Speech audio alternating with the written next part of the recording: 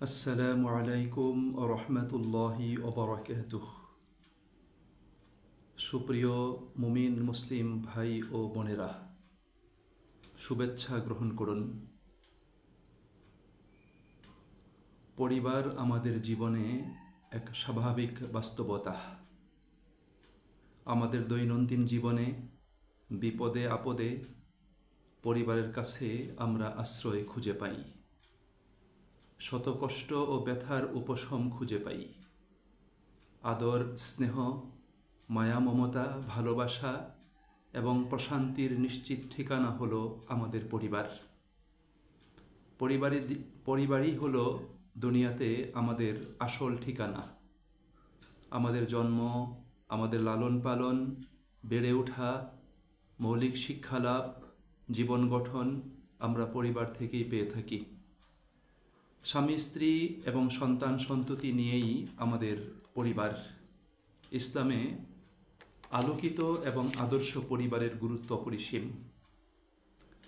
স্নেহ, মায়া, মমতা, ভালোবাসা, দায়িত্ববোধ, ত্যাগ ও কোরবানির মাধ্যমে একটি পারিবারিক প্ল্যাটফর্ম তৈরি হয়। যেহেতু আমাদের জীবনে পরিবারের গুরুত্ব অপরিসীম, এজন্য প্রত্যেককেই তার পরিবারের প্রতি বিশেষ গুরুত্ব দেওয়া উচিত। পরিবারের পরিবেশটাকে উন্নত করতে, পরিবারের সকল সদস্যদেরকে আলোকিত আদর্শ মানুষরূপে গড়ে তুলতে, পরিবারটাকে শান্তির আবাসনে পরিণত করতে প্রত্যেক মানুষকে এই ব্যাপারে বিশেষ গুরুত্ব দান করতে হবে। সুপ্রিয় ভাই এবং বোনেরা, ইসলামী শরীয়তে একটি আদর্শ আলোকিত পরিবারের ব্যাপারে আল্লাহ রাব্বুল আলামিনের নির্দেশনা রয়েছে এবং রাসূল করিম সাল্লাল্লাহু আলাইহি ওয়াসাল্লাম এই ব্যাপারে নির্দেশনা দান করেছেন। আল্লাহ নবী সাল্লাল্লাহু আলাইহি সাল্লাতু ওয়াসাল্লাম প্রত্যেক মুমিন নারী ও পুরুষকে তার পরিবারের প্রতি খেয়াল রাখতে বলেছেন। একটি পরিবারকে আদর্শ আলোকিত পরিবার বানাতে হলে, আলোকিত আদর্শ পরিবারে পরিণত করতে হলে যে কাজগুলো করা দরকার, সে কাজগুলো হলো পরিবারের সদস্যদেরকে দ্বীনের সঠিক শিক্ষা প্রদান করা, দ্বীনের মৌলিক বিষয়ে তালিম এবং তারবিয়ত প্রদান করা, পরিবারে প্রতিটি সদস্য দ্বীনের অনুশাসন বিধিবিধান অনুসরণ করে আমল, অনুশীলন এবং পরিপালন করা, পরিবারের সকল সদস্যদেরকে দ্বীনের আলোকে উন্নত চরিত্র, সঠিক দৃষ্টিভঙ্গি, নৈতিক মূল্যবোধ, সততা, তাকওয়া এবং সহি আকীদা সম্পন্নরূপে গড়ে তোলা, পরিবারের সদস্যদের মাঝে ভালোবাসা এবং সহযোগিতা থাকা, পরিবারে আদল, শ্রদ্ধাবোধ, পরামর্শের ভিত্তিতে কাজ করা এবং পরিবারের সকল সদস্যদের জন্য, বিশেষ করে স্বামী স্ত্রী এবং সন্তানদের জন্য আল্লাহ পাকের দরবারে দোয়া করা। আল্লাহ রাব্বুল আলামিন একটি আলোকিত আদর্শ পরিবারের সদস্যদের কিভাবে দোয়া করতে হবে সেই প্রসঙ্গে আল্লাহ রাব্বুল আলামিন শিক্ষাদান করেছেন। সূরা ফুরকানে আল্লাহ তাআলা বলেছেন, রব্বানা হাব লানা মিন আজওয়াজিনা ওয়া যুররিয়াতিনা কুররাতা আয়ুনিন ওয়াজআলনা লিল মুত্তাকিনা ইমামা। হে আল্লাহ, আমাদেরকে এমন স্বামী স্ত্রী এবং সন্তান সন্ততি প্রদান করো যারা আমাদের চক্ষু শীতলকারী হবে। একজন মহিলা দোয়া করবে, আল্লাহ আমাকে চক্ষু শীতলকারী স্বামী দাও, চক্ষু শীতলকারী সন্তান সন্ততি প্রদান করো। একজন পুরুষ লোক দোয়া করবে, হে আল্লাহ, আমাকে চক্ষু শীতলকারী নয়ন জোড়ানো স্ত্রী প্রদান করো এবং সন্তান সন্ততি প্রদান করো এবং আমাদেরকে তুমি মুমিনদের দায়িত্বশীল বানিয়ে দাও। সুপ্রিয় ভাই এবং বন্ধুরা, পরিবারের সদস্যদের মাঝে পারস্পরিক সংশোধন, ইসলাহের কাজ অব্যাহত থাকা এবং ছোটোখাটো দোষ ত্রুটিগুলো ক্ষমা করে দেয়া এবং অন্যান্য দোষ ত্রুটিগুলো পারস্পরিক সহযোগিতার ভিত্তিতে সেগুলোকে সংশোধন করে দেওয়া। সুপ্রিয় ভাই এবং বন্ধুরা, যদি আমরা প্রত্যেকেই আলোকিত পরিবার গড়ে তুলতে পারি এবং একটি আদর্শ পরিবার গড়ে তুলতে পারি, তাহলে সে আলোকিত আদর্শ পরিবারের জন্য আল্লাহ রাব্বুল আলামিন তিনি সুসংবাদ প্রদান করেছেন। অর্থাৎ আলোকিত প্রতি পরিবারের সদস্যদেরকে আল্লাহ রাব্বুল আলামিন জান্নাতে একত্রিত করে দিবেন, জান্নাতেও তারা পারিবারিক জীবনযাপন করতে সক্ষম হবে। এই প্রসঙ্গে আল্লাহ রাব্বুল আলামিন সূরা তুরের ভিতর বলেছেন, ওয়াল্লাযীনা আমানু ওয়াত্তাবাআতহুম যুররিয়্যাতুহুম বিঈমানিন আলহাকনা বিহিম যুররিয়্যাতাহুম। আল্লাহ বলেছেন, যারা ঈমান আনয়ন করেছে এবং তাদের সন্তান সন্ততি যারা ঈমানের সাথে তাদের অনুগামী হয়েছে, অনুসরণ করেছে, আমি তাদের সন্তানদেরকে আখিরাত দিবসে জান্নাতে তাদের সাথে একত্রিত করে দিব। সুবহানাল্লাহ। সূরা রা'দের ভিতর আল্লাহ তাআলা বলেছেন, জান্নাতু আদনি ইয়াদখুলুনাহা ওয়া মান সালাহা মিন আবাইহিম ওয়া আজওয়াজিহিম ওয়া যুররিয়াতিহিম। আল্লাহ বলছেন যে মুমিনদেরকে আমি চিরস্থায়ী জান্নাতে প্রবেশ করাবো এবং তাদের সৎকর্মশীল বাবা মা, তাদের স্বামী স্ত্রী এবং তাদের সন্তানদেরকেও তাদের সাথে আমি জান্নাতে প্রবেশ করাবো। সুপ্রিয় ভাই এবং বন্ধুরা, রাসূল করিম সাল্লাল্লাহু আলাইহি সাল্লাতু ওয়াসসালাম তিনিও আদর্শ পরিবারের অনেক উদাহরণ তিনি প্রদান করেছেন। আল্লাহ নবী সাল্লাল্লাহু আলাইহি ওয়াসাল্লাম তিনি বলেছেন, আল্লাহ তাআলা সেই পুরুষ লোকটির প্রতি সন্তুষ্ট হন যে রাতে ঘুম থেকে উঠে সলাত আদায় করে এবং নিজের স্ত্রীকেও জাগায়, স্ত্রী জাগতে না চাইলে তার মুখে পানি ছিটিয়ে দেয়।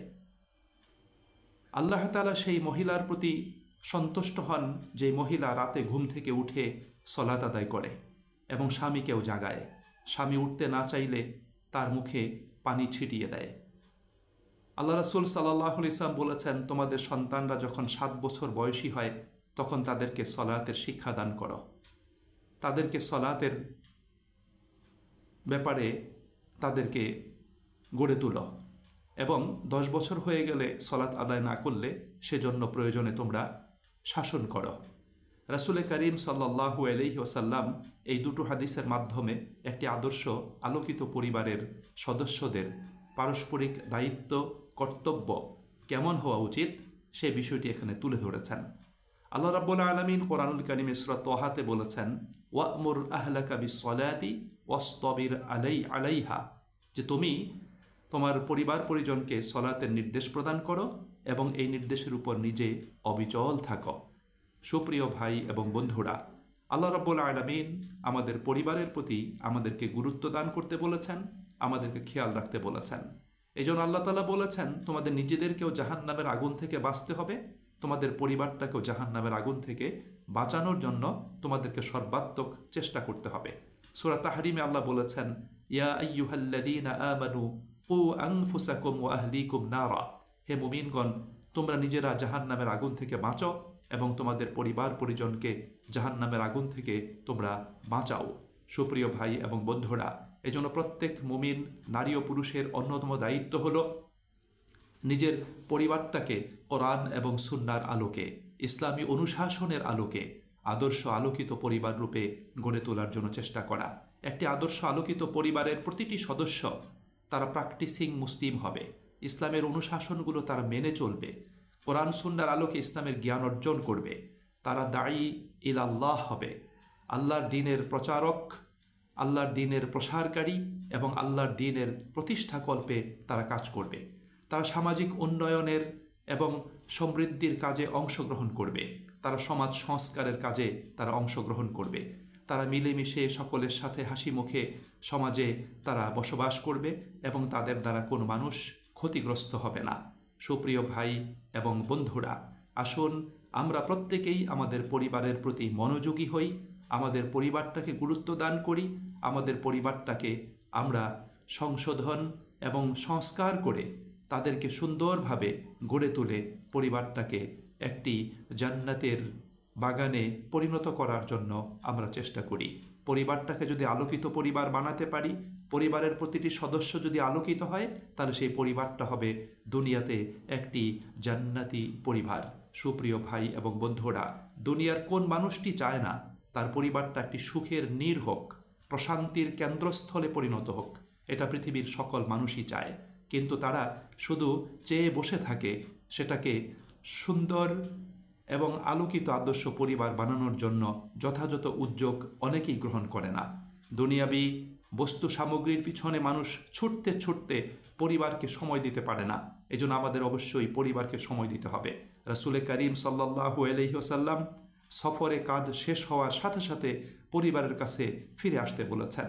আমাদেরও প্রত্যেককে পরিবারের কাছে ফিরে এসে পরিবারটাকে সময় দিতে হবে, পরিবারের মাঝে অবস্থান করতে হবে। হাসি খুশি আনন্দ নিরানন্দ সব কিছু ভাগ করে নিতে হবে। সুপ্রিয় ভাই এবং বন্ধুরা, একটি সমাজের জন্য, একটি দেশের জন্য, একটি জাতির জন্য একটি আদর্শ আলোকিত পরিবার খুবই গুরুত্বপূর্ণ।